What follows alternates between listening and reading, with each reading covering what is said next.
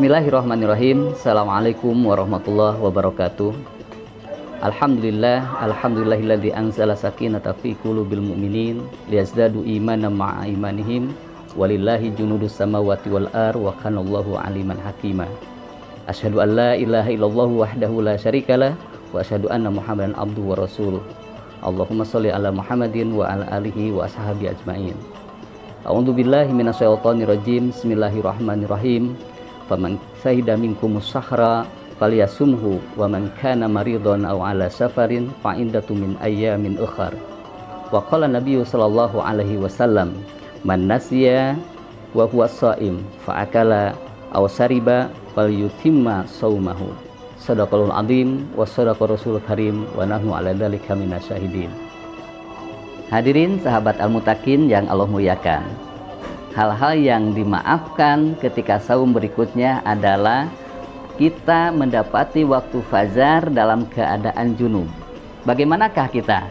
Apakah harus saum atau tinggalkan saum pada saat itu? Rasulullah SAW mengingatkan kepada kita dalam sebuah hadisnya, yaitu yang diterima dari Aisyah dan Ummu Salamah radhiyallahu anhuma. Mereka berdua berkata, anna Rasulullah sallallahu alaihi wasallam, bahwasannya Rasulullah sallallahu alaihi wasallam kana yudrikuhul fajru wa huwa junubun min ahlihi.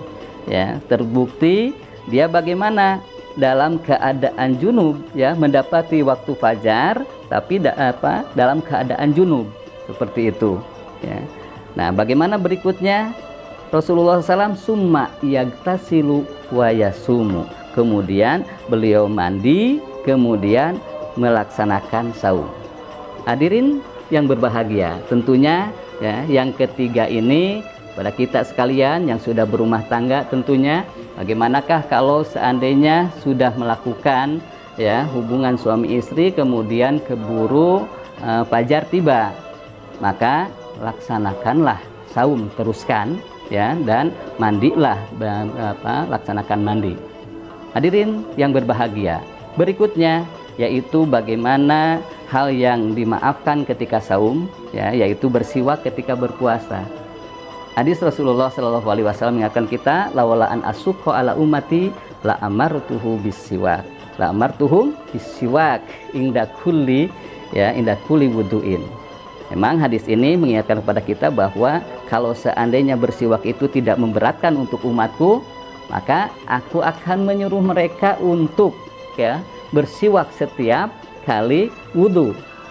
Nah, apa kaitannya dengan saum ini? Karena apa? Sekarang bersiwak itu ada yang siwak asli, ada yang siwak pakai pasta gigi dan sebagainya. Apakah ini menjadi saum kita batal ataupun saum kita tidak bermakna? Tentunya tidak seperti itu. Boleh kita bersiwak menggunakan pasta gigi tapi tidak berlebihan.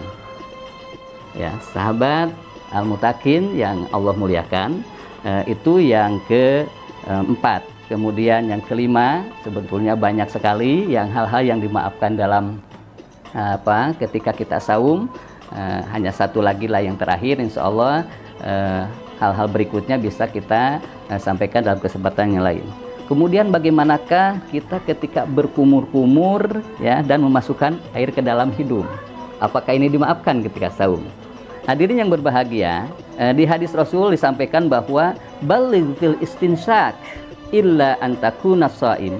Bersungguh-sungguhlah dalam beristinsak atau memasukkan air dalam hidung kecuali jika engkau berpuasa.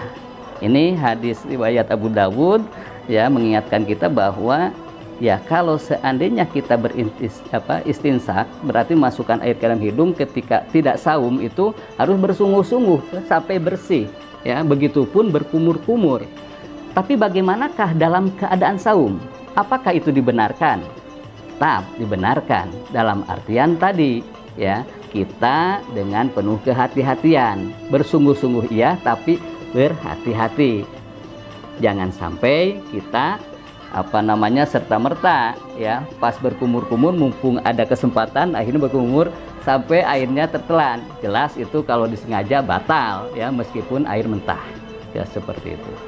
Baik, hadirin yang berbahagia, sahabat Al-Mutakin yang Allah muliakan, demikian hal-hal yang dapat rukhsah ataupun dimaafkan ketika kita saum. Mudah-mudahan dalam kesempatan yang lain kita bisa bersambung lagi, bahwa karena banyak sekali peristiwa atau hal-hal yang berkembang di masyarakat, apakah ini batal atau tidak, kemudian lanjutkan saum atau tidak. Tentunya hal-hal yang dimaafkan ketika saum ini banyak sekali ragamnya. Ketika kita merujuk kepada Al-Quran dan As-Sunnah, insya Allah ada titik temu ya untuk kita melaksanakan saum. Demikian yang bisa disampaikan, mudah-mudahan bermanfaat, dan mohon maaf atas segala kehilapan. Usikum bitaqwallah wallahu waliyut taufiq. Wassalamualaikum warahmatullahi wabarakatuh.